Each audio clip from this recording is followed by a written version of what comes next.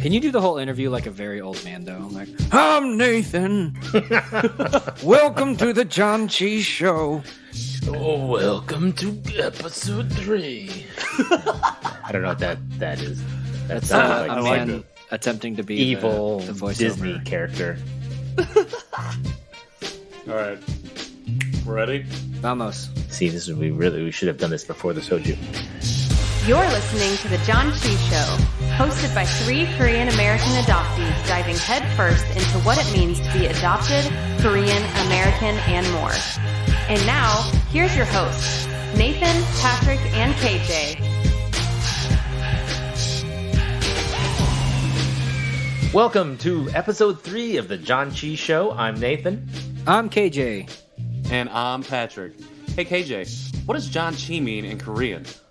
Janchi in Korean is loosely translated as party, and that's what this show is all about. We're here to party and celebrate our identity as Korean Americans, as adoptees, and as everything in between. And today we're going to be talking to KJ about his exploration of cultures, his travels around the world, his music passion, and his family life, including his high school sweetheart, which later became his wife. And a little bit later, we'll be drinking some soju. 2 of us have never had it. 1 of us has had too much. So stay tuned, and here comes KJ's interview. I'm looking at you. I'm looking at you, KJ, and I'm like, he's so red. They can't see that.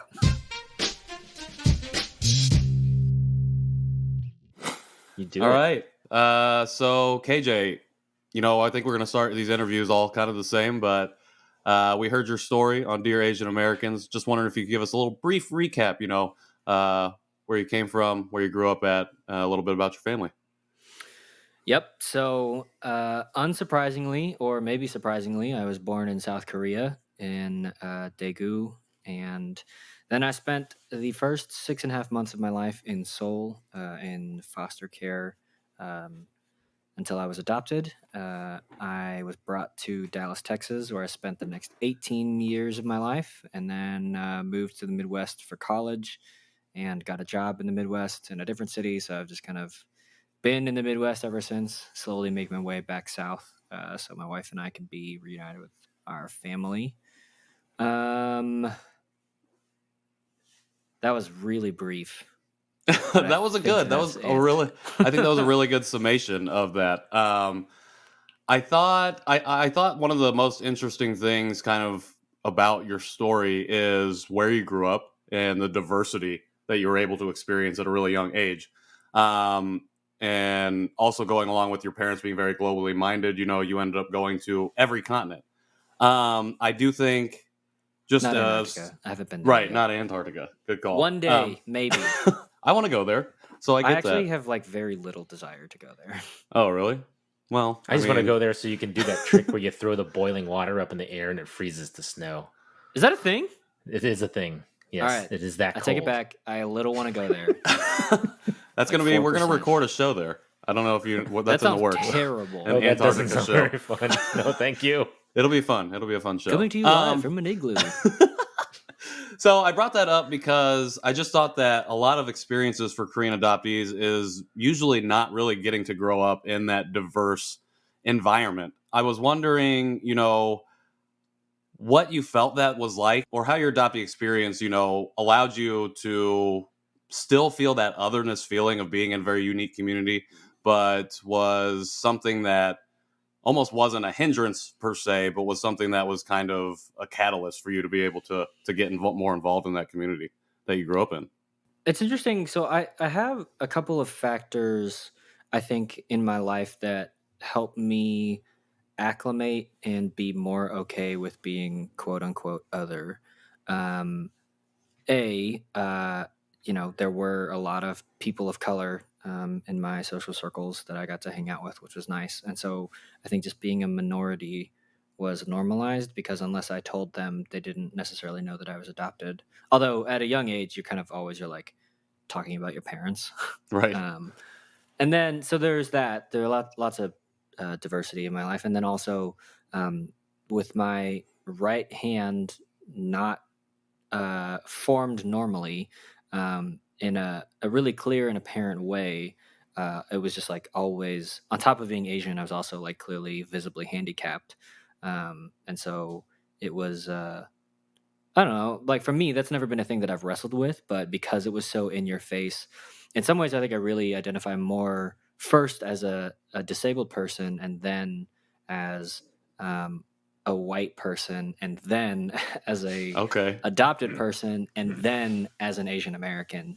And so some of those things are starting to shift now at this point in my journey into my own identity. But that's kind of historically been the hierarchy. So having just such a visible, like, you're Asian and you're disabled, but I think the disabled thing triggering empathy, whereas Asian can trigger any other number of things from a viewer, was generally well accepted. And my parents were really good about celebrating me for who I was. And so maybe where they didn't think much about race, they did think about my hand. And so they would try to give me a quote unquote normal kid experience and help me find, especially instructors and things, whether it was golf or piano or whoever, who would work with my situation with my hand.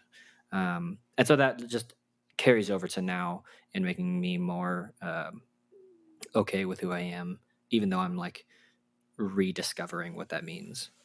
I think that's really great for you to be able to identify with so many different things at an early age, and helping to lay that foundation and solidify that foundation. In your fact thing I have here, you talked about your parents being an adoptee support group, and I think I'm wondering, going off of what you had just talked about, how that maybe played a factor a little bit. Did that add anything to that experience, or how did that work out for you guys? Yeah, I don't. I think if there was a question, because my parents had that support group, I think they were more ready and able to deal with any question that I had, and they did a really good job giving me books to read or things that were um, either about adoption or about Korea, and so just really again normalizing my own situation. I think was really nice and was a great way to a great opportunity to have growing up. And your Yeah. sister was also adopted, right? So from Russia. Yeah, my younger sister was adopted from Siberia, and Okay. I don't know. My parents always said she had a lot of Mongol blood. I have no idea where her blood comes from, but she does not look like a European Russian. She's very like Asian Russian.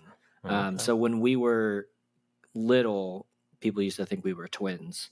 And then as we grew up, we were like, oh no, we're definitely different people. But yeah, so I just remember, and also like my parents, just because it's cute to match our kids, would just dress us similarly. So I was like, well, that doesn't help much, but yeah. So, growing up, you had two older siblings that were biologically or your parents' kids. I know I was the elder sibling, and I know a lot of people. Nathan, you grew up as a younger sibling.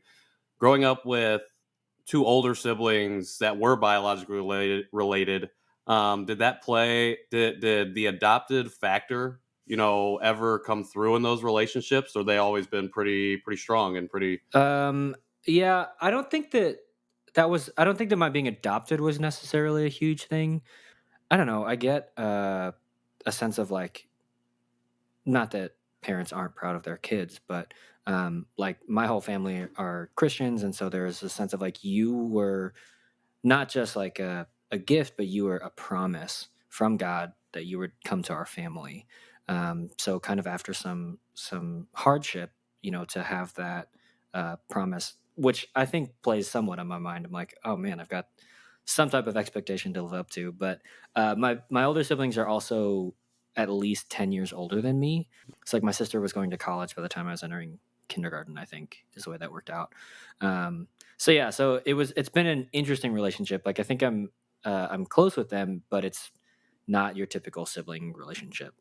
Yeah. I think it's really interesting what you said about almost the promise. My parents were also they're pretty religious, I would say, not like overtly, but held a lot of Christian values, grew up in that type of household, and I feel like that was a story that was relayed to me almost as well, is almost this version of a promise, or and then feeling, a bit of an expectation, not a burden, but like to want to live up to some other ideal that maybe Right. Yeah. It's not like something anybody ever says. Yeah. 'cause that would be super mean. But I think you just have that sense of like, don't screw this up.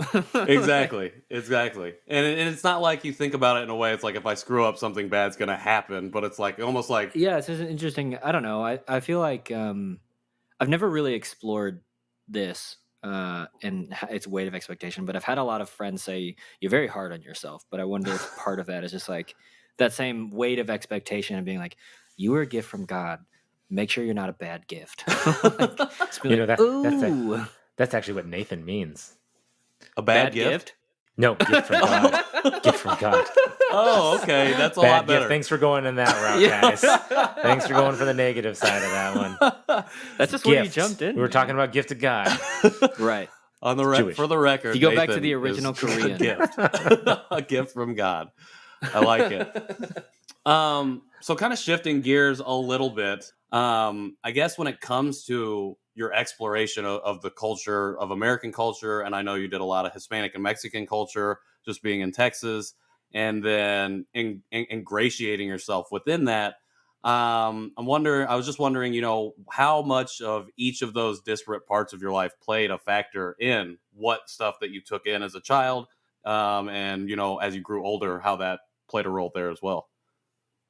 I don't know. I think it's interesting. Like I was very sheltered, I guess, as a kid, as my parents were pretty took a pretty conservative route raising me, and so like I didn't even listen to the Beatles at all until I quote unquote stumbled upon them. Not that they're really a thing to stumble upon, but I stumbled upon them in high school.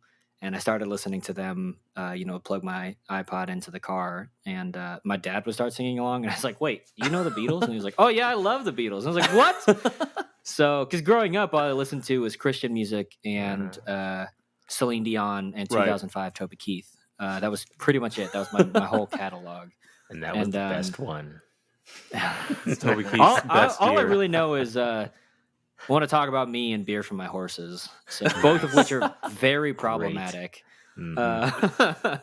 So not in middle school, in high school, I started exploring the clean parts of culture. Here's what I know that my parents will let me listen to. Here's what I feel like is pushing the envelope. I'm talking John Mayer. I'm talking Nora Jones as pushing the envelope.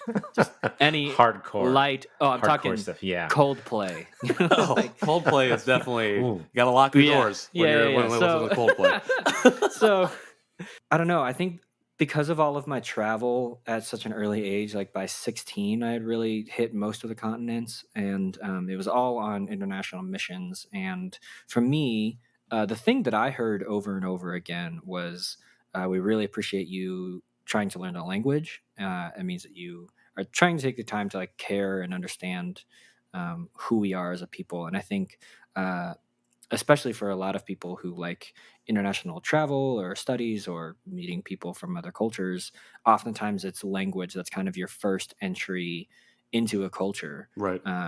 It's language and food, And so I think because of all of those experiences, I really have tried to be a chameleon in some sense and blend into wherever I am, really in the hopes that my being there doesn't make anyone feel uncomfortable. And because of that, I've really become a student of, that sounds pretentious, but I've tried to really learn quickly how to adapt into a culture and what things will make a person feel like home.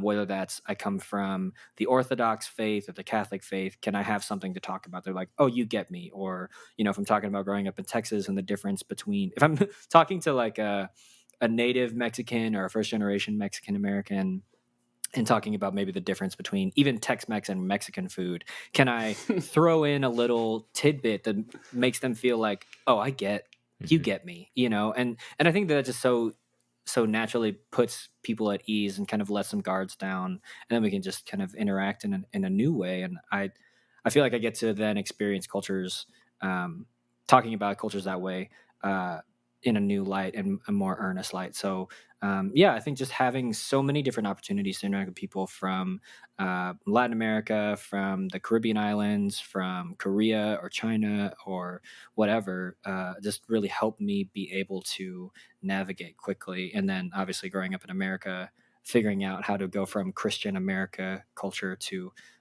not Christian American culture, and then also not stick out in either of those things, but still be true to who I am, you know? That's something I think really unique about yourself in particular, being a blend of multiple cultures, but then also having the willingness to go out and explore them and to actively want to learn those things. You know, for me personally, it took a long time to do that. I kept thinking that I was getting into it, but really I was just, you know, outside of the circle trying to peer in, whereas you're stepping into it. When you're going to on these missions, going to all these different countries, all the continents, and meeting all these new people, did you ever feel that? Did you ever feel like your adoptedness played into that at all? Being a Korean adoptee and people seeing you, you know, instantly assuming that you're just Asian in some way, and then you speak to them and they're like, oh my gosh, you know, like that, the kind of that reaction. What was that like dealing with? Did you have to deal with that at all? Was everybody pretty cordial, or? I think when I went to Bogota, Colombia in my 8th grade year, I'd only had like a semester and a couple of weeks of Spanish, you know, of like middle school Spanish. So all I really knew was, can I have a lemonade? And hey, waiter, what's on the menu today? You know, besides kind of Right. the general Check, hola, please. ¿cómo estás? Yeah. So no, I didn't know Czech. I was like, I'm an 8th grader. I'm not paying for anybody. Donde está but- el baño? Yeah. So that was interesting. And that was, so we, on that trip, we partnered with a local organization who were working with street kids there in the capital. And those little kids asked me, are you from China?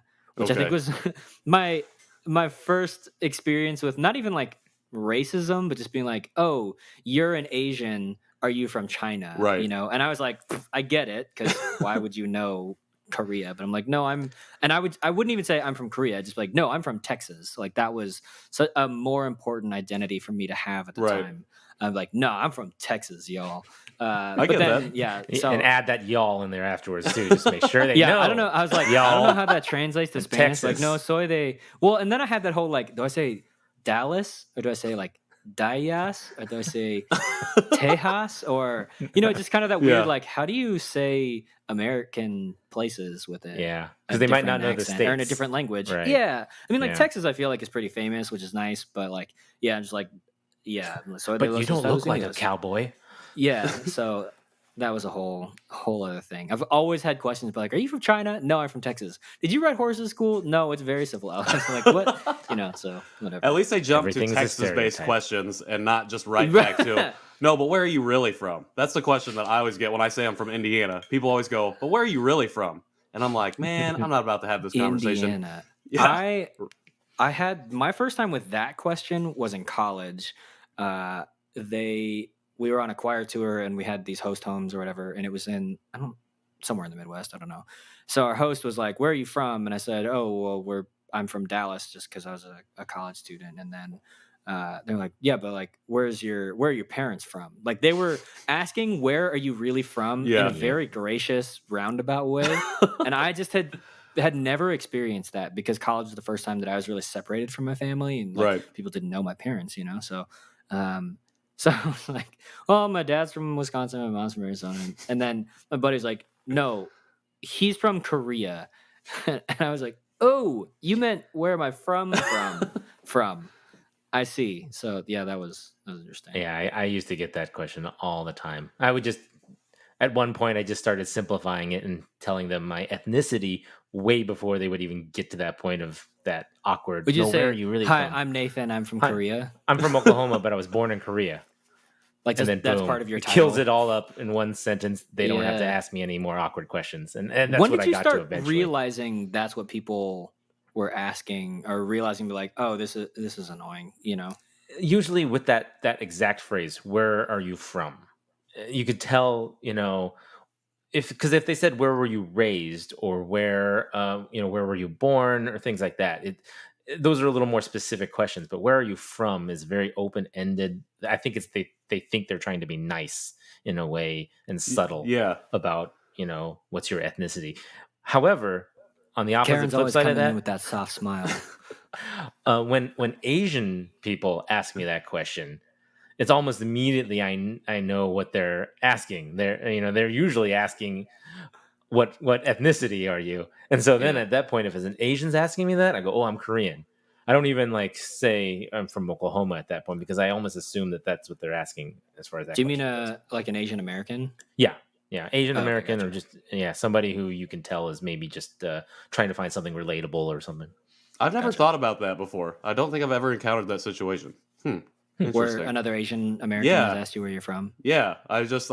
You said that and I'm like, huh, I don't know if I've ever had that encounter. So that's It might be interesting. more because of California has so many other Asians of so many that's different true. races. And I am guilty of, by the way, not being able to pinpoint specific Asian characteristics. Yeah, I'm not I've good at been it. really bad at that, where I've seen people and I can't tell. And so I don't ever assume. I've made too many mistakes of assuming which they're, and so. That's one of the things I'm mainly worried about. I'm like generally good, and then sometimes Sarah will be, if we're watching somebody on TV and be like, "Well, where do you think he's from?" If I can't tell by their last name and I can't tell by their look, I'm like, they're probably either from this place or this place. I just hedge my bets and be like, it's one of these two places. I'm pretty sure, and then I'll Wikipedia them later. Getting back to the interview before we get off on too wild of a tangent on this, you went back to Korea in middle school. Is that right? Yep. Did I read that right? I know that you've kind of talked about this trip a little bit. What I was really wondering, just in that sense, was was this an adoptee group? Did you say you went through Holt? Was this what that program was? Yeah. Okay. Going on that trip, how formative was that for you? Were you thinking of it in that way, or was it just an experience and an opportunity to just go to Korea? I mean, it was both. It was definitely an opportunity to go to Korea at that time. I think that trip was kind of the culmination of a lot of early searching in my life. I had decorated my room with a bunch of Asian things, just like from wherever. It was like, I think my parents might have been to China at one point. So I had a sword from China, and I had, by the time I graduated high school, I had like a sword from China, a traditional flying kite that was Korean, a knife from China, like an erhu type instrument from Cambodia, just like lots of random stuff. But when I went to Korea, it was the culmination of a lot of, like I said, early journeying into my own identity. And I think telling my parents, being like, I definitely want to find my birth parents. Like, that is really important to me. I want to know my history. I want to know my roots. And so they did their research and found this trip and got us to go. So it was just my parents and me. None of my other siblings went. And yeah, it was really cool. I think that was the first time that I really thought about Korea as a historical nation and not just the place that I am from, but is Right. a nation with its own deep, rich history. And then I saw whatever, I don't remember I tried to Google it. It's the palace in Seoul that is from the Joseon dynasty, and that was the first time I was like, oh yeah, there's a lot of this history that even America doesn't have, and I started to delineate in my mind Japanese history versus Chinese history versus Korean history. I saw the traditional Korean dances, saw like a traditional Korean wedding ceremony, had traditional Korean 12-course meal, like kind of all of that. And then went up to the DMZ and got that feeling and that weight of all that was happening there. And then at the same time on that trip, I got to meet my foster mom and her youngest daughter. And that was really cool, just being able to reconnect with her. And she's the one that I have pictures of. So in some ways, as meaningful as potentially finding my birth parents one day, so it was something that was really important to me. I had been taking Korean lessons at the time, I was able to read the language. I had no vocabulary or grammar, so like I could literally just read what it says. And if it happened to be English that was Koreanized, Hangulized, I would be like, "Oh, okay, that says pizza. That must be a pizza place," or "That's clearly KFC." That's just I don't you know even what I need mean? words for that. I can recognize Yeah, it. I see the kernel. Yeah. But I mean, even like I got a custom scroll with my Korean name on it that Oh, I nice. then later hung up in my wall, and I got a map of Korea and a Korean flag, and so yeah, so I think that was really important in rooting myself in a land with history, with its own like full culture, and I just remember being so excited to see so many Asian people just being like, "Ah, Dad, you're the outsider." That's Because how I he's just felt a when I moved to big, California. yeah, he's a big, tall white dude, and I was like, "You stick out like a sore thumb. I look like I belong here." I super didn't, but it was just cool. That was a fun experience. So. I'm Yeah. super jealous of that trip. I mean, that sounds amazing. I wish I had gone on something like that when I was younger. It really Yeah, does it sound was like really an cool. amazing experience, especially because you went there and you got to get involved with the actual history of the country, but then you also got a little bit of personal history. Like you said, you got to meet your foster mom and her daughter. Like the whole trip was a whirlwind. Right. So like I said, the palace really sticks out in my mind. There was a concert on a beach next to the hotel we were staying at in Busan that was happening. So like that was like a moment of downtime that really Right. sticks out in my mind. And we went to one of the agency buildings somewhere. I don't know. It was like a home for kind of disabled kids, and I met this young boy who I just held and sang to, and I knew like Korean songs, or I knew like the songs that we would sing in English, but for like Korean kids, just I don't know, probably because my tutor explained it to me, or I was like, oh, I bet I can figure this out from my vocabulary. It's Right. like head, shoulders, knees, and toes, or whatever. And so then so I met this kid, and later found out at the end of it that I could sponsor him. So I was able to sponsor him through adoption, which is Oh, really cool. nice. So I stayed connected to that trip for a long time after that in that way. Cool. And then I also learned Arirang, which apparently is the Korean national anthem, but like it's not actually the Korean national anthem, which later came into play when we had 3 Korean, not pastors, but like they were like a pastor, a music director, and somebody else from a Korean church. They came and at least visited with us, coming to our church, and they gave me like a Korean ocarina, basically. And Nice. so I started playing Arirang because that was one of those bits, I was like, oh, this is a thing that we can share. I know that this is a cultural piece, and they were floored, and it was so bad because I was new at the instrument and I suck at wind instruments, but they were like, this is so important to our history, and I had no idea at the time because I was 16. I hadn't done my research, but they were like, no, this is really beautiful and really meaningful to be in a foreign land and yet have like that piece of home.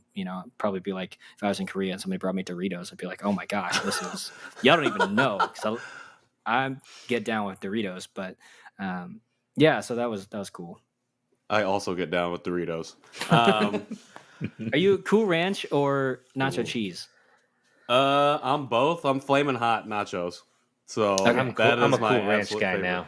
Cool Ranch, dang. I'm a Nathan. Cool Ranch, Okay. man. Everything is about ranch. Yikes. Nobody All right. outside of That's your America knows Oklahoma about. talking. Nobody knows about Nice. ranch. I've gone to so many countries and they don't know what ranch is, except they go, "Oh, is that stuff they give you at Subway?" Are you going to be That's a the Hidden only way they Valley know about it. ambassador? A Hidden Valley ambassador? I could be the ranch ambassador. I have eaten a lot of ranch. I've put it on a lot of things. That is including amazing. pizza. I put ranch on pizza. Okay, good. So KJ, I just want to go back a little bit to you talking about playing the arirang for those ministers or those pastors from Korea and giving them that sense of home, and just having gotten to know you and things like that. Music is a huge part of who you are. It's a big part of your identity. How I just want to know a little bit about that journey. How you got from who you were as a kid and growing up in the church, and then growing into genres, and then how that translated into you now expressing yourself through music, because you do a lot of different types of things, I think, and I want to talk about that a little bit in a second. Okay. Yeah, I don't know. Music has just always been a part of my life. My parents told me they would, when I was a little kid, I would ask for the radio to be turned on. Like it was just always a thing that I cared about. I started in kindergarten singing, on stage at the church, and had a lot of experiences doing church music specifically. So then in my mind, I was like, well, like Christianity is my thing, music is my thing. It makes sense for me to just blend the two and go into church work for music, and so that's what I'm doing now. And I knew that in 7th grade, and just kind of ordered my life to get there and make that happen. And then since working in the church, I've been able to explore not just music but sound, and I think that's I've done a lot of other things, but I really like doing sound in general, which is hilarious because I'm half deaf. But that's been really fun, and I think that music has been a gateway for two things. It's been a gateway for me to explore creativity and help others, I think, find some way to be creative. And then it's also kind of going back to language. It's been a way for me to break out of learning a language in school in a very kind of academic, rigorous, whatever type, sterile environment, to this is how people actually use language, and this is how people actually choose to express themselves. I would, as much as I could, if I was in Spanish, I would listen to just pop music or whatever. Like I was a big fan of Juanes for a while. Listening to Spanish music and just like kind of integrating myself in that culture. And then the same thing with like Korean music, and finding now especially Korean indie music, because I like K-pop, but I don't listen to bangers all the time. I need something more chill.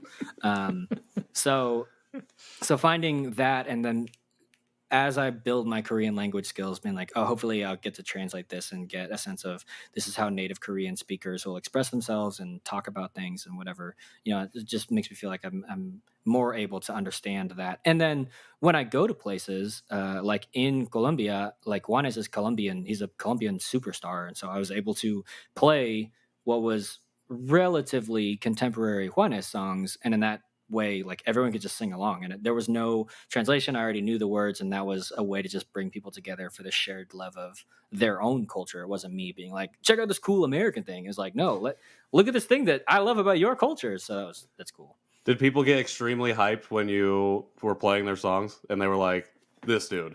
What was that experience like? It was fun because it was all kids like 10 and under. Oh, okay. So it was singing that, and then my American friends who went on the trip with me were like, I don't know this song, but that hook is catchy, and so I'm falling asleep with you singing "Es por ti," and I was like, I don't know anything else. I just know that one part, and I had nightmares about it. I'm like, sorry, man. So. That's amazing. Well, I delved into your SoundCloud today while I was at work, and Okay. in preparation for this interview, and I just want to read some of the real-time thoughts that I wrote down as I was going through your discography. I don't know if I would call it discography, Sure, but that works. your songs that you have on there. None of them are original. Well, I liked them, so I guess I just hadn't realized that you were a singer. So my very first thing that I wrote down is in all caps. It says, "Okay, singing guy." I want to know. Okay, just okay. Check then, okay. Like, and then no, in a great way. It's very calm down. Like, There's okay, singing guy, take it easy. Question mark, exclamation point, 5 Ys, because I was not prepared to hear you belting out in such a great way. Then I moved on to Who Are We Fooling? And I wrote, all caps, okay, harmonizing guy, because you were hitting those harmonies so beautifully. And then I wrote, you have a great voice. Seriously, did not realize you were this much of a singing guy. And I will say I was blown away by I knew you could make music and compose and put that down. But to just hear your voice come out, I thought that was incredible. And I just wanted to, I guess, just highlight that and to talk about that, because I think people need to know how well you sing. And to go check you out on SoundCloud and on YouTube. I was checking his YouTube stuff out. I was wondering just what is so like you said, those are covers or not things Mhm. maybe that you had written originally. What about singing those songs and bringing to life these other works really gets that best rise out of you when it comes to singing? Like what motivates you to get to that point? Yeah, so all of my music is pretty functional. um, I There are very few things that I do for my own sense of catharsis, which I think is why I'm not an artist in the sense of like I produce my own music or whatever. Right. Like creativity has always been about collaboration, and it's always been about helping other people do things. So especially Who Are We Fooling? It's one of my best friends from college, and I loved making music with her. And I always knew I was like, man, she's so much more talented than me. But what I bring to the table is I know how to record, I know how to mix, I know like how to blend and can play well enough. Like I have a good arranging mind. And so I was like, I want to make music with her. I want to showcase her ability and just make something really fun and beautiful. Maybe the piece that I'm most excited about right now is a song called "Peace," which I think only exists on my SoundCloud. Yep. And First song up there. that one, yeah, that one I really like because who doesn't need to hear those words Exactly. given the state of 2020? That even I think even if you don't subscribe to the Christian faith, just the idea that there is a deity whose promise is peace is a really comforting thing, unless you don't believe in a deity, in which case find a way to find comfort in it. But so it's always music for me is always a thing where I'm like, how can I help someone else shine, or how can I take what somebody else has said and amplify it. And so yeah, and also I like to do things that are um, with people and kind of help raise them up or whatever. So like I've done a lot of sound design for movies, short films, and that's been really fun. But as much fun as doing those has been, like how can I make somebody else's project come to life, or how can I bring a new person into the team who's never done sound design before and be like, this is what recording footsteps is like. So creativity has always been about very functionally kind of amplifying other people's projects. Cause I think I just don't have that own like personal drive to create original stuff necessarily. Okay. But yeah, so that's what it's been about.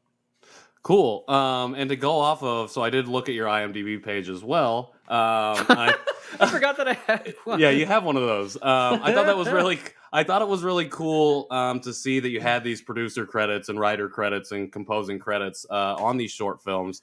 And I thought something else that was interesting was that your wife is one of the actors that is in a lot of these films.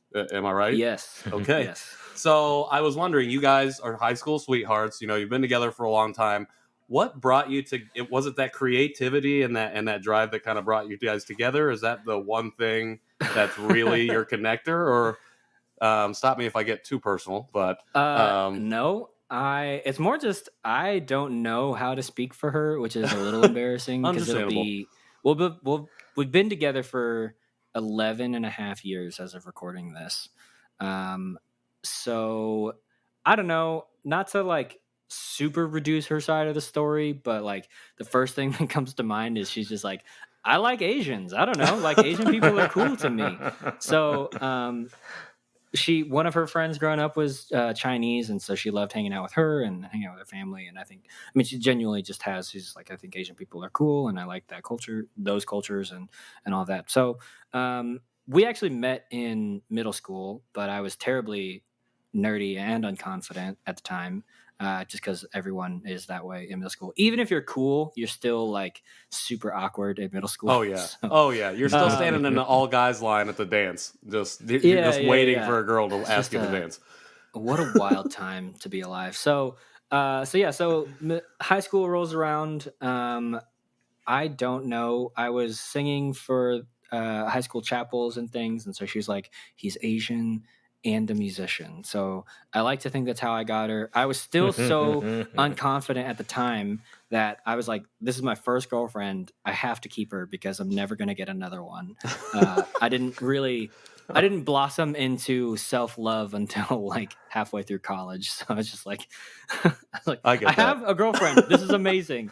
So yeah, so so that was a whole journey, but we're here, we're married. It's great.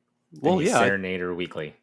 I truly don't, and I think she's kind of dismayed by that because she gets that question a lot. Like, oh, it must be so amazing to be married to a singer. Does he just sing all the time? And I like when I'm at home, I sing a lot. It's never good.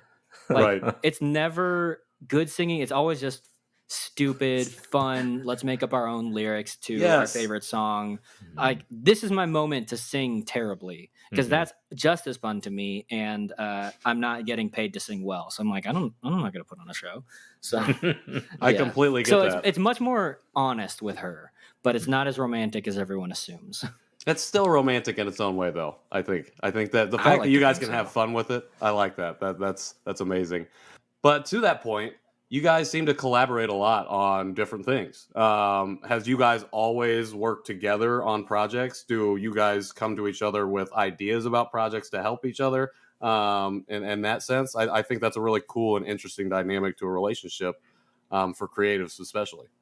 Yeah, we're both creative. She's the communications coordinator for our regional food bank. Oh, cool. And so we do a lot of things together. She, went to Mizzou to study journalism. So she's a much stronger writer than I am, but our interests intersect. So I think we're both interested in photography, but I'm maybe a little bit better a photographer, but we're both interested in writing, and she's a much better writer than I am, kind of those kinds of Right. things. And so it's been nice because I really like to learn. And so even now, for example, she's doing a lot of work with her organization's websites with WordPress and things. And I'm like, I've taken, I don't know, so many hours of website development, and I really like that. And we'll develop websites and do all of that stuff. And she'll be like, I have a question. And I'm like, yeah, I can help you, And so Right. it has been really collaborative. And she's been so great to jump in on all of these film projects and things. And, she's done a lot of voiceover work with that and just whatever. And so it's just been fun to have that and to have somebody who constantly is just like, yeah, let's do it. What can I add to the table? Yeah, and I feel like that shows through too when it comes to like this journey specifically that we're on. I was wondering if you could kind of speak to the ways that she's been able to either support you or how that's affected your relationship. I know you said it's been a pretty positive thing, and she's been a great, strong influence to help make this possible. What's that been like for you guys? Yeah, it's been interesting. Like I being on this journey, I'm just discovering things about myself, and kind of get to report back to her, and then she will see these things. And I think it's been interesting because I think she, not to put words in her mouth, but I'm going to go ahead and put words in her mouth. I think she sees me differently, maybe as more Asian. I certainly see myself as more Asian, and because we've been together for so long. And because she just cares about learning about cultures like I do, she was the one who really re-instigated my journey into being Asian American.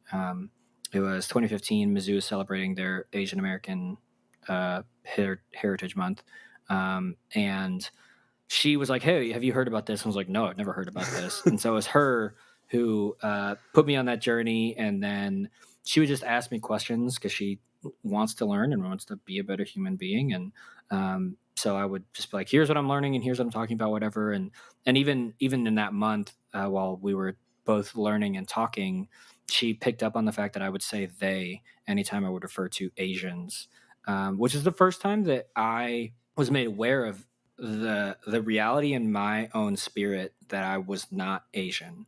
And so, like I said, my identities were disabled, adopted, Christian, white, Asian, Right. some version of that, but always like kind of Asian was last. And really, I think, I felt more white, and still in some ways do feel more white than Asian sometimes. But just her wanting to learn more, especially, coronavirus has us all on our phones. So post George Floyd, just everyone was talking about social justice. It's the first time I had heard the term anti-racist and things like that. And so we just done a lot to better ourselves, and in doing so have grown in our capacity to empathize, to amplify, to really see and hear and listen. Like all of these things that we talked about earlier really come to the forefront of who we are and how we navigate the world in a unique way. And so, yeah, so she's been just an incredible sounding board to help me realize things about myself, and to push me towards learning things. And also sometimes she'll just ask me like, hey, where do you think that actor is from? And I'll be like, I think it's this, but then I will be wrong or just want to go fact check myself. And then in that way, like I become a more complex person and am Right. more better at identifying a person for a person and not just putting them into you're Asian or you're Black or you're Latinx or Right. you're, whatever. So yeah, so she's, it's been a great relationship to have to navigate complexity as well. Awesome. I think that's really incredible, especially to have someone for so long be on that journey with you and to continue to help you and push you and motivate you to search for these things. I guess to make sure we don't run too long, that actually is a really great segue into kind of my last question. Is what are you guys doing now? What are you guys most excited about on this journey that you're on, that you're learning currently or you want to learn? What does she think about that? Where are you guys at with that, and where are you looking to go? Yeah. So for a while, May, June, July, part of my journey was just overtaken by being a better American citizen, Right. being a better anti-racist and things. And that was, again, I think just kind of all of 2020. I remember watching the Patriot Act episode that said, don't ignore the Asian vote in 2020. Yeah.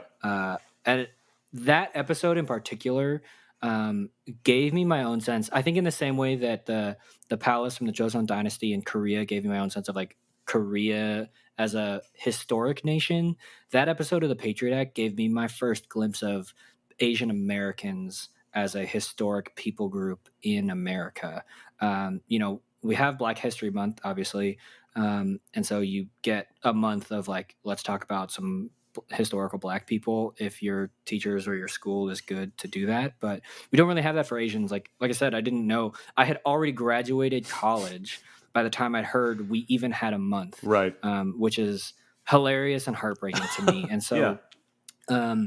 So just to hear Asian American history as more than Bruce Lee was a cool guy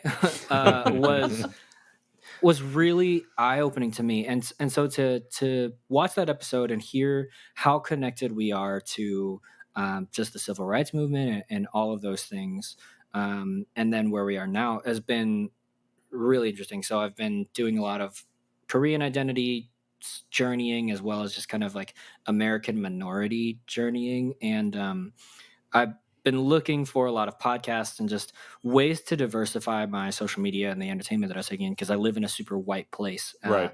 And so I was like, I want to watch some stories about not white people. I want to read some books by not white people that are current, not 10 years old or not 20 years old. Like this is 2020. We should have a more diverse spread of entertainment to take in, And so I'm grateful for the steps we made. I know we still have a lot of steps to make, but that's how I found Dear Asian Americans. It was just a suggested account to follow on Instagram.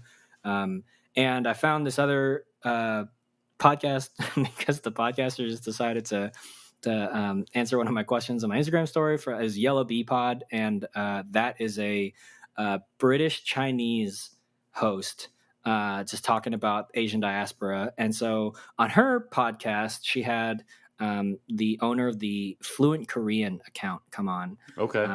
And so that was a really cool episode. And she is at least part Korean, but never really connected with her Korean roots. And so she created this Fluent Korean account to kind of post about all of her findings as she gets reconnected with her Korean journey. So I probably love that Instagram account the most right now. Like that's the thing that I'm most excited about because it talks just about like Korean culture that I don't have really any other place to to find except extensive research, which I'm not gonna do that because I don't like doing extensive research. But she lays it out wonderfully. It's very pretty. It's easy to digest. It's just really good, and it gives me again kind of that more nuanced look at Korean history, even some of the. I think especially for me and thinking about an Eastern versus Western mindset. And being like, okay, this is maybe how a native Korean would approach a conversation or a way of thinking, or just getting some of those nuance. And again, making it really Korean specific as opposed to like, well, Japan does this, so probably Korea is like this, or like I know this about China, so maybe Korea is the same. But it's like, nah, this is how it is in Korea. So hopefully at some point I'll be like, this is how it is in Korea. Maybe Japan is like this also. Kind of flipping the script and those things. So. Yeah, well, that's awesome. I actually hopped on the Fluent Korean Instagram today just to check it out, and I thought it was really cool, especially when you scroll back to the beginning and see how she's evolved that account to not just be a single post or a single picture that has the language and explaining what the sentence is, but now doing grammar and phonetics and having a piece where it says the sentence for you so you can get a way, learn how to speak it correctly and properly and hear someone do that. I think that's really, really exciting. I think that's awesome that you've been doing that too. And I think it's just seriously right in line with everything that you've been doing. You're a worldly guy. I think, especially coming from where you came from with your parents, I think they're obviously extremely proud of you for continuing on and being that kind of person. So thank you for doing that. Totes. So I guess we're going to move on to some soju. Yes, I am so excited. I've never had soju before. So this will be a fun foray. I'm in the same boat as you. A new thing. So I'm the alcoholic. Okay. Nice. I mean, I like alcohol, but All right. Let's take a pause here, and we'll be back with soju. We'll be right back.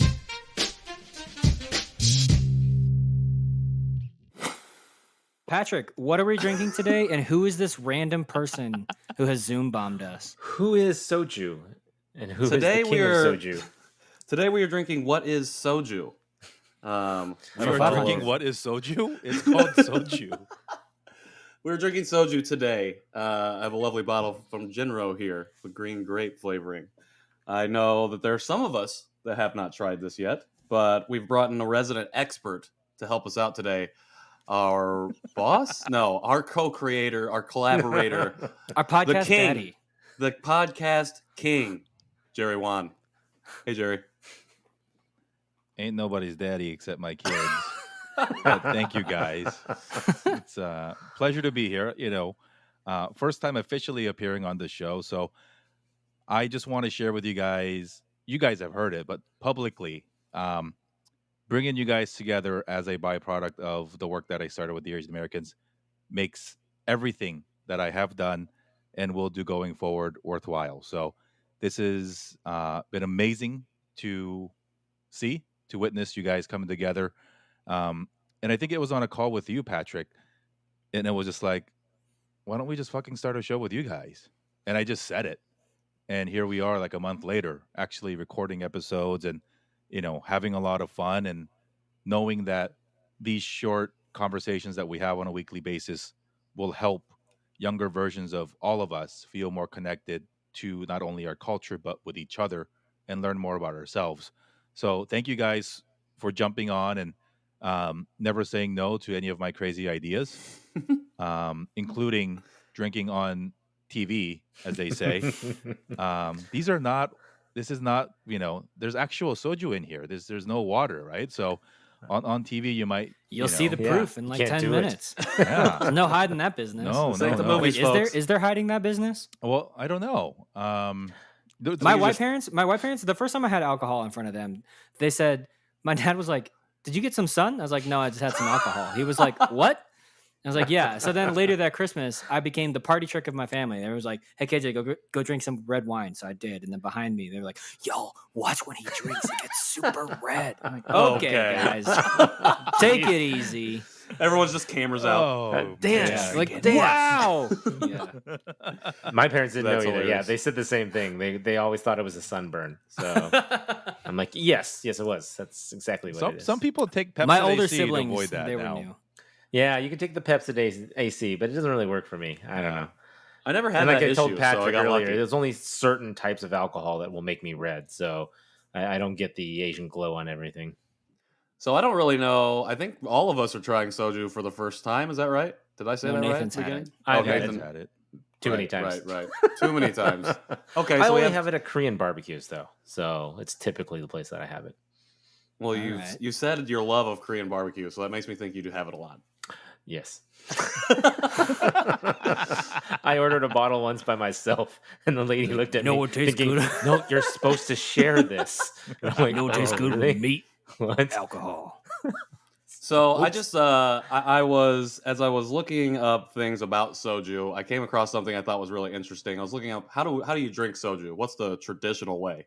And I typed that into Google, and here's what I got. The very first thing it says soju is best served ice cold, neat, as a small pour in a chilled traditional cup, over and over again until the Samsung executive hosting you pulls out his corporate credit card. Does that sound right? Does that sound accurate? Yes. Everything until the Samsung executive part. Okay. But whether it is a Samsung executive or not, I mean, part of our culture is, generally the oldest or the most senior person pays, and by, I guess, transitive property or whatever, like at some point, like you've paid enough times and you've received enough if it all works in your favor because you're young at some points and you're old at other points. But yeah, Samsung, I think they changed it now, but they used to be very, very famous and notorious for their expense policy where their like cash compensation wasn't that great for their people. But like the Samsung expense card was like how many businesses probably sustained themselves through decades of operation because, they just paid for everything. All right. Yeah. I have a question. So having not been of drinking age when hanging out with Asians and now being around no Asians, but also of being drinking age, it's real unfortunate.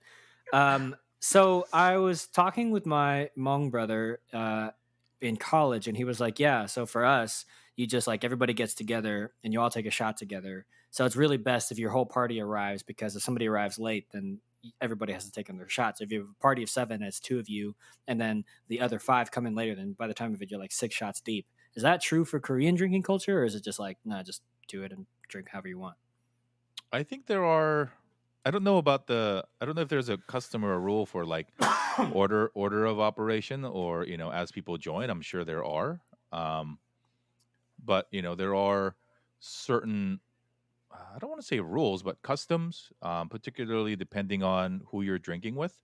So obviously age is a big thing in our culture. So, for example, if you're taking a drink from or getting a drink poured by somebody older than you, you take it with 2 hands. And you receive with 2 hands. You receive with 2 hands Oh. like this. Okay, and he gives you a very sloppy one-handed pour, right? Because You could. And I don't know how scientific this is, and I'll lean back for it.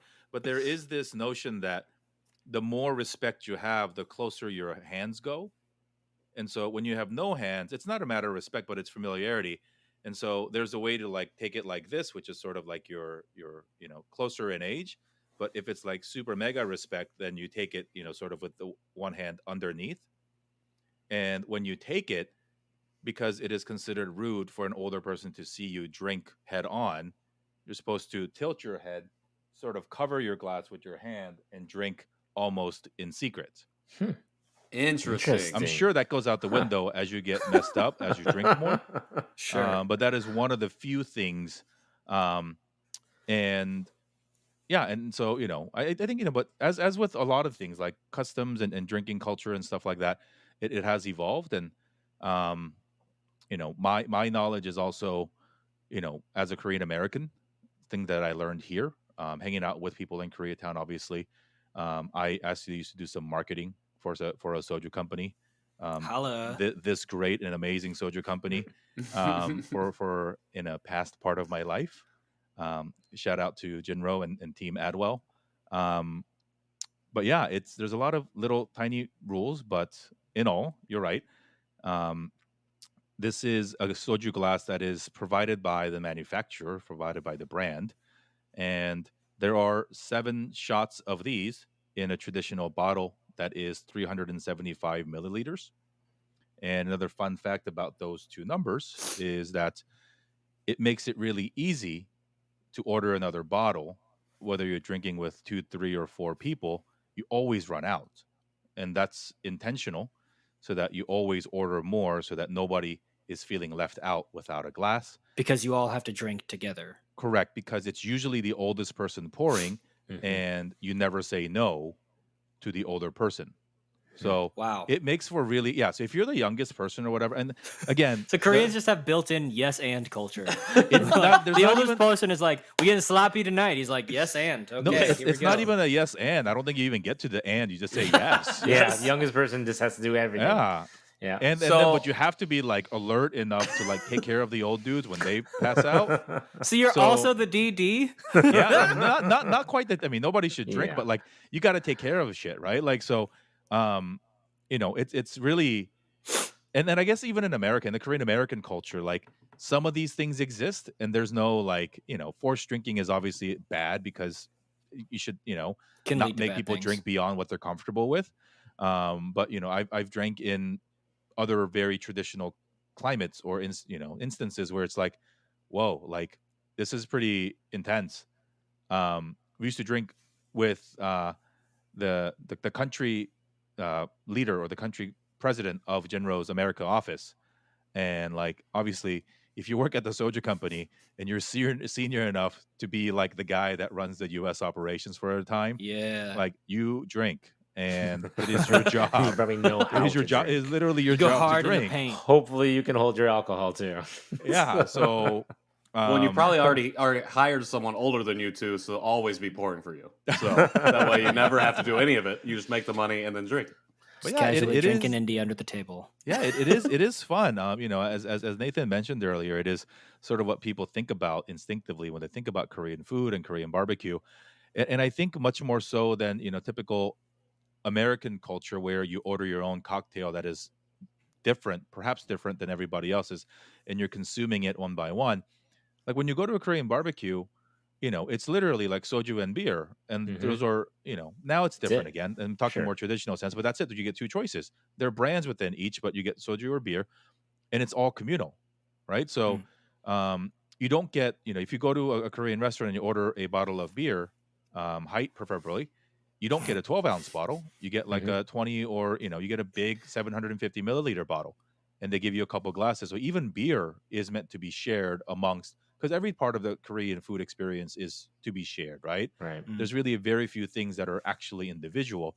So that bleeds into drinking culture where, and very rarely, and the reason why like paying for everybody makes sense is because since nobody orders for themselves, even if you Dutch pay, like how do you divide that, right? Unless you go Right. straight down the middle or something. So anyway, there's a lot of fun stuff, and I really wish that we were drinking in person. Yeah, what I'm hearing you say is we shouldn't have bought this, and you're gonna take a drink and then gonna mail it to us, and then we'll take, and that way we're not drinking alone. No. But it's and there's a lot of like little known things that again, depending on how hardcore you are in the cultural sense. Again, I think with most Korean Americans, we've I don't want to say evolved, but have Adapted. adapted and made our own Korean American versions of it. But for example, my social standing is represented by my height when we clink. Yeah. And so if you're the younger person, you always just edge for you always aim for the Yeah. bottom. And And I sort made of was that like mistake. a head down. And they made fun of me about Yeah, it see, because so it's I like didn't these know. things, right? And Yeah. Interesting. and so here's a silly part. Like maybe there's YouTube videos now about this stuff, but like for the longest time, you just learn by drinking and like Yeah. older brothers Getting or your made dads fun or your of and then- uncles, like you learn. And so drinking age is 19 in Korea, which is a little bit Okay. younger than in here, and you don't turn older technically legally on your birthday. Everybody turns older on January 1st. Right. So Yeah. a funny scene to see in Korea is that on New Year's Eve, there's a shit ton of there's people lining out the bar at 11:30, and at the stroke of Yes. midnight, they Oh go my in and gosh. they get wasted. 19. That's awesome. And it's 19 Korean age, so like in US age, they're probably like 18-ish, Yeah. depending on when your birthday is, right?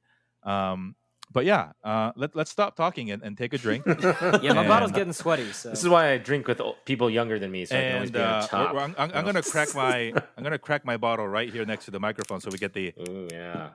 I'm doing mine too. yeah. So I'm let's just doing talk it 'cause about I have let's talk to. about the different bottles we're drinking. Woo, baby! I am drinking normal cooling filtering system, no flavor. It's just the hardcore 19.5% alcohol.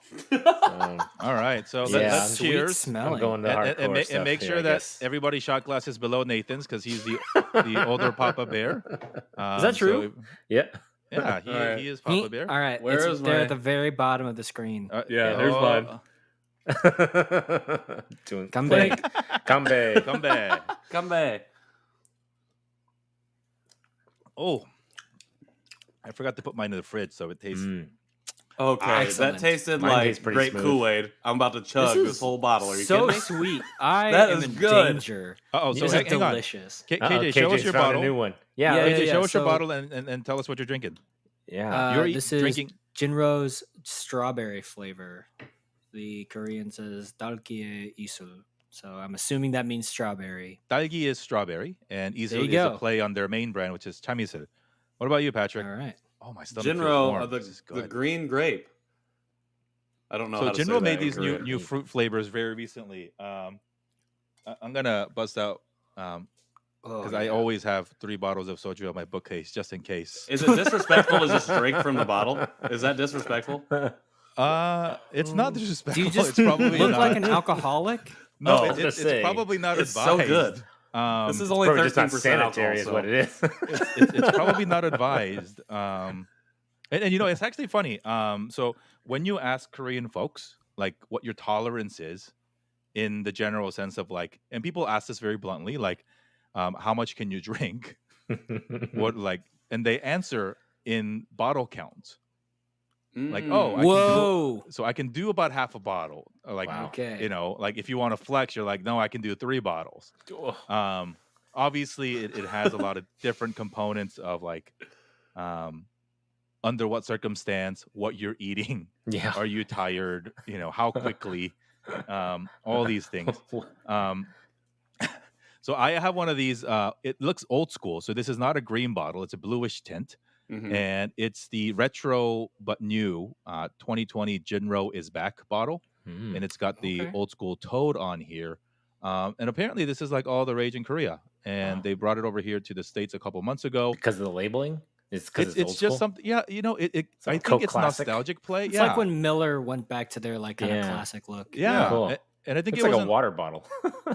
it's a nostalgic play. It does. It looks like a sparkling water. Yeah, kind of I thing. mean, Yeah. take that Yeah, to I the think beach. Tastes even- like a No. sparkling water. Even my bottle has the little toad just in the top right Yeah, corner. the little toad. So I'm gonna open up my grapefruit because Mm. Oh yeah, right. That Okay. sounds good. Wait, I'm- so I'm I was about jealous to of pour all your myself some flavors. more, but is the alcohol Alright. content like per shot? I mean, so I would say like on the how like what is it like the beer per hour or like a shot of liquor Yeah, per yeah. hour, Oh yeah. so you don't whatever like DUI level. Yeah. I'd probably say like relative to soju, like 2 to 3 shots per hour would Mm. keep you under 0.08 BAC if this was like beer and like because like if this is Okay. about 20%, it's like half a vodka, and so that's like half a shot. Although these are much more than an ounce, so like when you drink, have I ever drank soju at that pace? No. You're generally eating right Yeah. with other Right. people in a festive and conversational mood, That's a good point. and so and soju is one of these balances weird out. things that actually doesn't hit you hard until you stand up. Getting the shrimp yeah. crackers. Yeah, I lose track because I'm always eating so much at the Korean Yeah. barbecue. I don't Okay. remember how many Right. shots I've had because I'm usually also doing both soju and beer, as Right. Jerry was saying. and, So, and so when you Oh, mix, really? Yeah. it's called somek, soju, so for soju, mek for mekju, and Okay. I don't have any of these glasses, but this was one of the fun projects that I worked on at the agency when I was marketing these things. there's like a perfect ratio of soju and beer. So it's like a like a soju bomb basically, Right. right? You mix soju with beer, and those things get you messed up super quick because you're you usually chug drinking them, large too. quantities, right? Of I like mixed beer. stuff. But yeah, so there's as far as soju, Chamiso, which is a brand under Jinro, is likely the most popular brand, and Is they that have the a lot one of I different have? brand extensions. Mhm. But yeah, I know I'm sure you guys have talked about it on the air, but I can't wait for COVID to be over. Just because there's two of us here, We get to and go to Korean barbecue. we are going to together. have a lot. This is what I want to do, and I'm going to commit myself to doing this as we're taping. We're going to have a live streamed Janchi Boiiisss mukbang drinking party. Hell And yeah! then whoever wants to come and join us, if you're in the LA area, we'll take out a whole restaurant, right? Like we Yeah. have some friends that own restaurants and stuff out here, and I think it'd be fun. Bring your amazing. wives. Patrick, maybe by then you'll be married, depending on how quickly we get through this Depending on how pandemic or long this not. goes. Pandemic lasts. Soju I Man, I mean- want to make sure Soju Man is there as well. I mean, I wonder Only where if Soju it's Man actually is. Jerry. Ooh. Hey, so talk to me about born 1907-2019. Obviously, it follows day, month, year. Mhm. Is that like an expiration date? And then how do you know I think- when it expires? Is that specific to Jinro bottles or like alcohol, or is that like how Korea does? They don't do best by dates; they do born dates. I don't think That is soju interesting. expires because people probably drink it. Sure. It's- They're like, oh, we don't have to worry about that. It'll be gone. I would say that it is a marketing tool, whether it is regulatorily Mhm. required or not. But sort of like I think Bud had like the born on dates for a little bit. But it's just to tout like how fresh it is, right? Like from the distillery to your mouth, it's only been in the bottle for X number of days. I'm looking at my my Jinro Isback bottle, the blue one. I don't see a date. I do have one here on my grapefruit. This Feeling one's it. been alive for about a year and a half. I thought it meant that you had to be born by that date just to be able to drink it. like a 1.5-year-old What? can drink this. What? Come on, Go Patrick. nuts, baby! Literal baby. Literal No. baby. Just kidding. We don't condone infancy drinking. We're gonna get shut down. No more Janchi Show. When I was growing up, and I'm sure other people like. I think the part of maybe there's some adopted kids today that find it easier to connect with their culture because it is around more, and obviously with the internet you can connect more digitally, like we're trying to do with this show. Yeah. Because food is really the thing that really brings us together, right? So, Mm-hmm. Yeah, food and language, Yeah. I feel like are always Yep. the quickest entry way into a Yeah. culture. Definitely. Are we doing a Wanna drink? third shot? Is that Am I- what I just Oh, saw? this- I that haven't was really my been third one. shooting mine. I've been sipping mine. So this Sure, is the yeah. this is the backhand But- of my back half of my second shot. So Okay. I have this So I much was like, gone. I don't know if that means anything. and mine's yeah. See, Two so that- shots. there you can see that's how much I've drank. So- Oh. Although, don't you have like the 700 I do. I have the Yeah. 750 Dude. milliliter one. You have so- as much gone visually, but your bottle is twice as large. So Easy, and easy. I'm the Yes. elder. I've got No, the I don't experience. mess around. Oh my gosh. I'm sitting here with my second shot. I'm like, I'm feeling it. I my can face see is your very redness red. coming through. I too. wasn't going to say anything, Right. but it is a little bit red. I was haven't going to ask if you eaten got some dinner sun. yet. It's- Nate It's has this got lamp. older kids. He got permission to drink. Yeah, Why I don't did you even drink? have kids. It was part of our job. exactly. Sorry. They made me do it. But So for the That's guys who fantastic. started I mean, I guess fruit soju or fruit flavored soju isn't the first. I guess you'll have to drink the it's not the OG. yeah, it's the Yes. OG version. the cool. And then there's some filtering. other ones like the original Jinro brand is 24% alcohol, so it's Mm. definitely more bitter. The OJ. Yeah, and that's like stronger, and Oh, you can't drink more of it, as much of it as possible. Yeah. But I feel like in the soju wars, like every company is trying to make it more appetizing for a wider variety of people to drink. Mhm. And I guess to be blunt, from a marketing perspective, they wanted to make it more palatable for, For women to drink. Americans. No, for women to Oh. drink Okay. because So what you're saying is this strawberry soju that I'm drinking is the White Claw. no, it's not the White Claw. I mean, I get down No. with White Claw. I'm about that life, so I don't mind at all. I mean, but imagine, I mean, and so before the companies actually started making these, flavored sojus for the masses, like restaurants, bars, and cafes would make their own.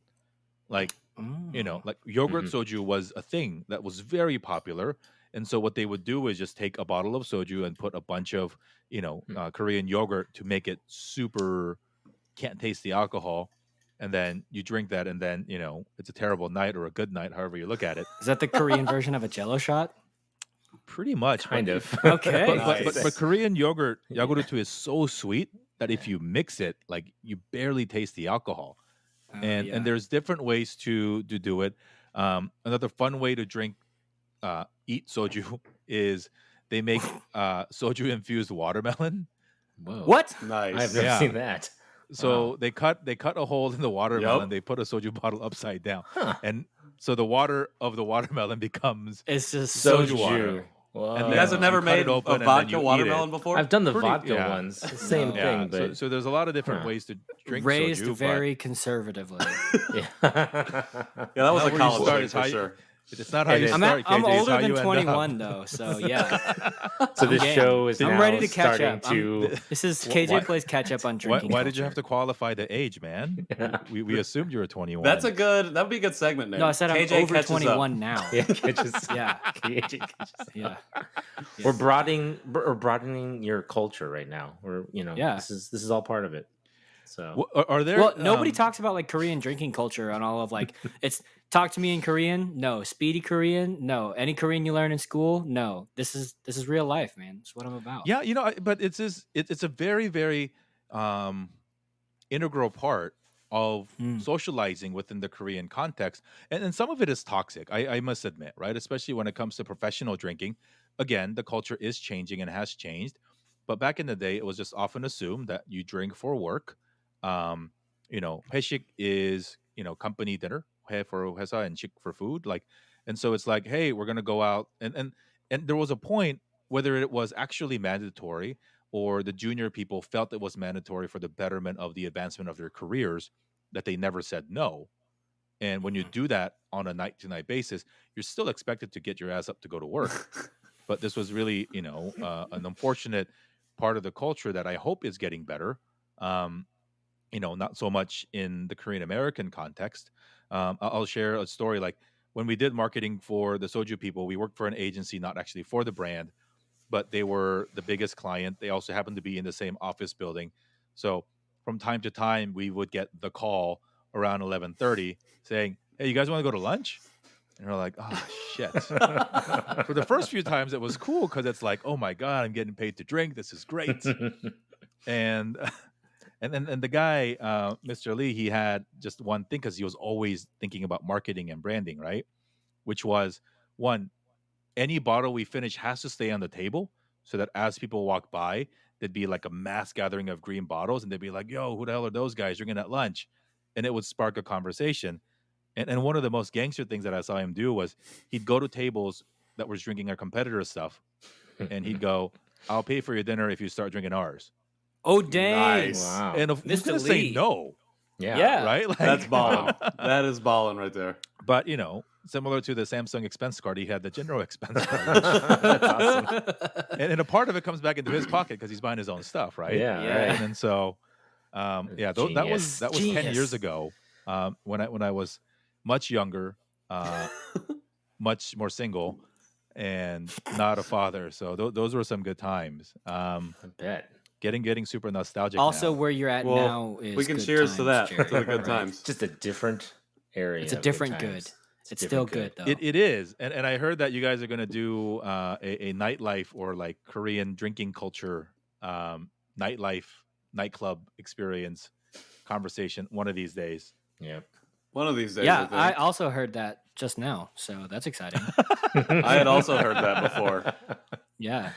Yes. I mean, there probably be some stories that I can safely share now. Jerry's that like, I'm- please get me out of here. No, I need to. no, I I was need to gonna say, relive my. no, it's it's all in the past, right? Before It's about to happily be in the married with future. 2 kids. This is all This is all just history. It's a and circle of Probably life. education. back to the This is future. for the good of This is everyone KJ catches listening. up, yo. Yeah. KJ catches up. That's what today's episode is. Yeah. KJ catches up.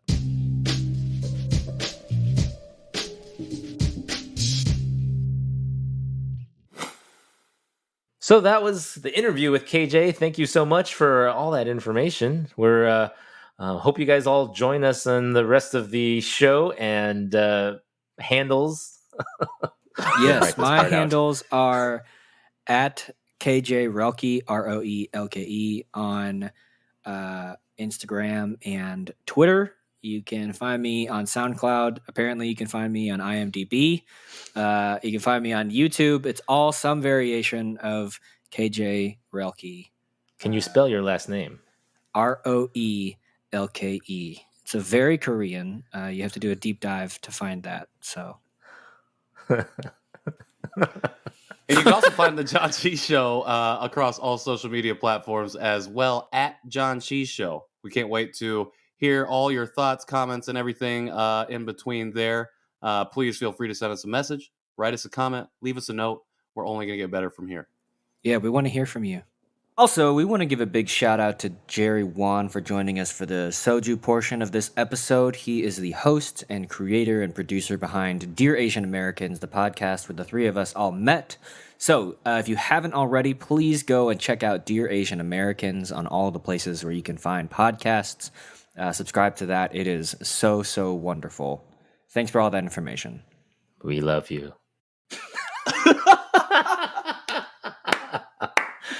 It's me. the Soju talking. Slide into my DMs. Don't forget to leave me a message. No, the Janchi DMs, bro. Oh, the Janchi DMs. All right, stopping recording. That's the show.